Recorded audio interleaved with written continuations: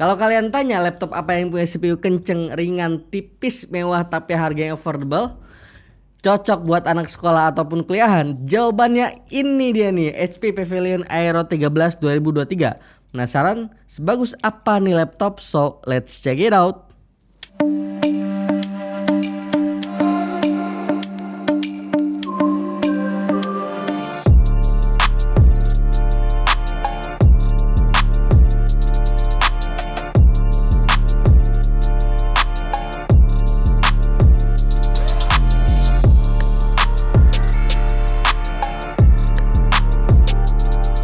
HP Pavilion Aero 13 BE 2002 AU, laptop yang punya looks premium, tipis, ringkas, tapi ternyata hadir dengan harga yang cukup affordable loh.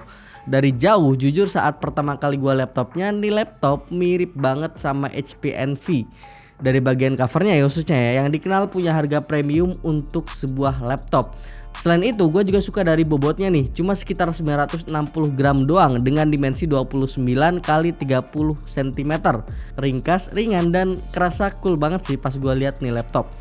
Pokoknya soal desain udah approve lah nih laptop. Dah kayak laptop thin and light yang harganya di 15-20 jutaan. Padahal harganya tuh nggak sampai segitu loh pas gua cek di Tokopedia ya. Untuk spesifikasi utama ya pakai CPU AMD Ryzen 5 7535U, sebuah CPU yang masuk dalam lineup 7035 series berarsitektur Zen 3 Plus. Dengan iGPU Radeon 660M, salah satu iGPU terkenceng di kelas laptop untuk saat ini ya. Untuk performa nanti kita bahas spesifik di segmen performance ya. Kalian bisa skip di beberapa menit setelah ini ya. Lanjut ke layar yang menurut gua udah cukup spesial ya. Bezel kanan kiri atas bawahnya udah cukup tipis berkat dukungan micro edge display. Bikin laptop kelihatan lebih modern dan punya karakter yang cukup elegan. Jenis panelnya sendiri IPS beresolusi WUXGA 1920 x 1200. Color gamutnya pun luas ya, sampai 100% sRGB plus udah dilapisi anti glare lagi. Jadi pas gua pakai nih laptop di cafe-cafe yang bisa dibilang cahayanya oversaturated karena terlalu terang, nih laptop masih aman banget kok. Nah gua pun coba kasih pinjam nih laptop ke teman gua yang masih kuliah yaitu NG, biar dia rasain experience pakai nih laptop. Dan ternyata ya dia pun puas pakai nih laptop karena ya pertama ringkas banget, tapi layarnya tuh kerasa lega karena punya aspek rasio 16:10. Plus ringan banget, enteng bray, buat dibawa kemana-mana tuh nggak kerasa berat di punggung gitu loh. Masuk ke bagian keyboard yang feelnya menurut kami udah nyaman dengan travel key yang pas, bikin pengalaman mengetik berasa lebih responsif. Buat nugas sampai kerjaan rasanya udah oke kok. Selain itu nih laptop juga udah dilapisi LED backlit dengan 2 tingkatan warna yang bisa kalian nyalain pakai tombol F4. Buat touchpadnya letaknya nih bener-bener di tengah ya, sejajar dengan spacebar dengan tampilan yang standar aja sebenarnya. Tapi punya feel yang presisi dan clicky untuk klik kanan dan kirinya. Oh ya, hampir lupa juga ya, ada juga fingerprint scanner yang bisa diintegrasiin sama Windows Hello yang letaknya ada di sisi kanan bawah keyboardnya. Satu sisi ini laptop emang punya I/O port yang simple ya, really simple. Cuma ada 2 USB Type A, HDMI 2.1 dan 1 USB Type C yang sayangnya bukan Thunderbolt 4 tapi cuma USB 3.2 Gen 2 dan 1 audio combo jack ya. So buat kalian yang kerjaannya sering colak-colok flash disk, HDD eksternal ditambah peripheral, kayaknya wajib deh yang namanya punya USB hub atau USB dongle saat beli nih laptop. Dari sisi konektivitas, laptop ini sudah dilengkapi Wi-Fi 6 dan Bluetooth 5.2 combo yang bikin proses transfer data kerasa makin cepat, efisien, dan minim latency ya. Selanjutnya untuk sektor audio ya, mungkin HP udah dengar saran kami di video review beberapa laptop thin and light entry level generasi sebelumnya ya.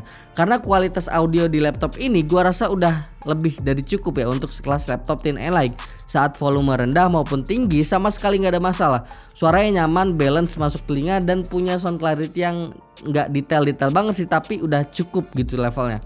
Meskipun ya belum menyentuh ke level yang perfect ya. So buat entertain kayak dengerin musik ataupun nonton film, gua rasa udah cukup kok nih laptop. Beralih ke webcam ya, laptop ini dibekali kamera HP Wide Vision dengan kualitas yang oke kok, lumayan. Pewarnaannya bagus meskipun di beberapa titik ya, di beberapa skenario noise-nya tuh kadang cukup ganggu sih. Tapi kalau untuk sekedar meeting online ataupun webinar gitu-gitu, gua rasa udah lumayan oke sih. Asal pencahayaan di sekeliling kalian juga udah ideal ya, nggak sekedar cukup tapi ideal.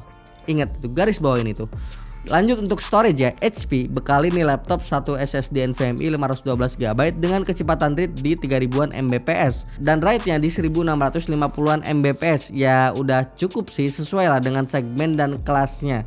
Sementara di sektor RAM, HP udah memasang RAM 16GB DDR5 6400MHz dengan konfigurasi dual channel yang bikin pengalaman penggunaan multitasking makin kerasa smooth aja nih laptop ini. Masuk ke bagian performa ya. Pertama kita uji konsistensi performa CPU-nya dengan menggunakan Cinebench R23 yang kita jalankan 10 kali berturut-turut di suhu ruangan 25 derajat Celcius. Seperti yang kalian lihat ya di chart, kalau nih laptop punya performance yang stabil banget untuk kelas laptop Thin-N-Like ya.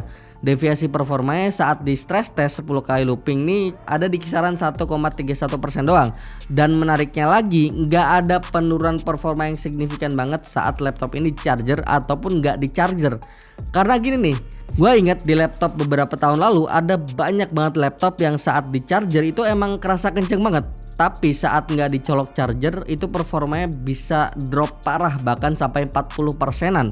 Nah laptop ini tuh bener-bener beda ya, gokil loh ya AMD. Padahal tuningan CPU-nya nih nggak beda jauh-jauh amat dari yang versi non-refresh atau rebrand di generasi sebelumnya. Nah as a laptop Thin-N-Like, suhunya juga nggak panas-panas banget ternyata. Waktu CPU-nya full load sampai 100%, suhu average-nya ada di kisaran 85 derajat Celcius aja. Masih aman lah, apalagi untuk penggunaan harian yang workload-nya jarang banget bikin si CPU-nya kerja sampai 100% ya. Kami juga menguji daya tahan baterai laptop ini menggunakan UL Procure dengan konfigurasi brightness 50%, Wi-Fi on, serta mode battery saver. Nah laptop ini memiliki daya tahan baterai sampai 7 jam 41 menit. Waktu yang cukup oke lah untuk penggunaan harian standar kayak kerjaan ataupun nugas-nugas anak sekolahan. Yang menarik adalah saat kita uji laptop untuk penggunaan render 3D. Kita coba gunakan plugin tambahan Radeon Pro Render ya, karena penasaran emang beneran kepake nggak nih plugin. Dan ternyata emang beneran kepake dan fungsi banget di plugin gitu. Rendering time saat gua coba nih laptop untuk running Blender BMW 27 cuma ada di 1 menit 22 detik doang. Itu tuh waktu yang hampir mustahil banget untuk bisa didapetin sebuah laptop tipis yang pakai iGPU di tahun-tahun sebelumnya. Cuma karena plugin tambahan ini akhirnya ya bisa lebih efisien gitu. Nah untuk yang mau tahu apa itu Radeon Pro Render, videonya ada di atas sini ya. Selain itu tentu kita juga melakukan pengujian game pada laptop ini menggunakan beberapa game kompetitif dan benchmark sintetik. Dan hasilnya laptop ini ternyata masih punya performa yang cukup bisa diandelin untuk bermain game kompetitif kayak Valorant, Dota 2 atau bahkan CSGO. Kayak Valorant tuh kita dapetin FPS average di kisaran 150-an FPS. Angka yang bisa dibilang lebih dari cukup ya untuk sekelas laptop Thin-N-Like yang cuma ngandelin iGPU doang untuk pemrosesan grafisnya. Oke lanjut kita masuk ke kesimpulan ya. Langsung aja, apakah laptop ini layak dipertimbangkan dengan harganya yang ada di 12 jutaan?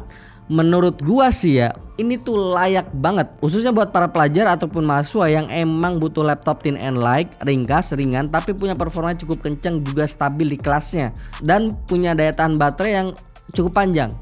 Nah yang menariknya lagi, Ryzen 7035 series tuh sukses hadirin improvement dari sisi efisiensi dan iGPU performance yang mantep banget. Apalagi udah ada dukungan Radeon Pro Render kan, yang bikin optimasi untuk penggunaan render di software tertentu lebih optimize. Dan tentu gue juga berharap ya ke depan Radeon Pro Render ini bisa diperluas lagi dukungan softwarenya. Dan pasti nih ada yang komen nih, bang mending laptop gaming budget 12 jutaan gitu. Ya buat kaum mending emang bisa jadi iya sih. Cuman kan inget ya, nggak semua orang tuh butuh laptop gaming yang kelihatan gede, bulky, ya meskipun performanya kenceng ya. Beberapa orang juga butuh laptop Thin-N-Like yang kayak gini, ringan, ringkas, dan lebih nyaman buat dibawa kemana-mana. Jadi nggak bisa digeneralisir juga ya. Tiap laptop kan ada segmennya masing-masing, nggak bisa disamain A sampai Z-nya gitu. Poin yang mungkin harus dipertimbangkan buat sebagian orang ya karena bobotnya yang ringan ini sih, kita tuh kayak nggak bawa laptop gitu di tas. Takutnya karena saking ringannya kita tuh lupa gitu kan kalau di tas lagi ada bawa laptop. Akhirnya ya si tasnya tuh dilempar-lempar bahkan keinjek yang bikin nih laptop rusak. Intinya harus lebih aware sama laptopnya karena nih laptop bener-bener ringan coy. Hampir lupa, HP tuh udah kasih kenyamanan lebih soal garansi karena laptop ini udah dibekali garansi resmi plus ADP 2 tahun.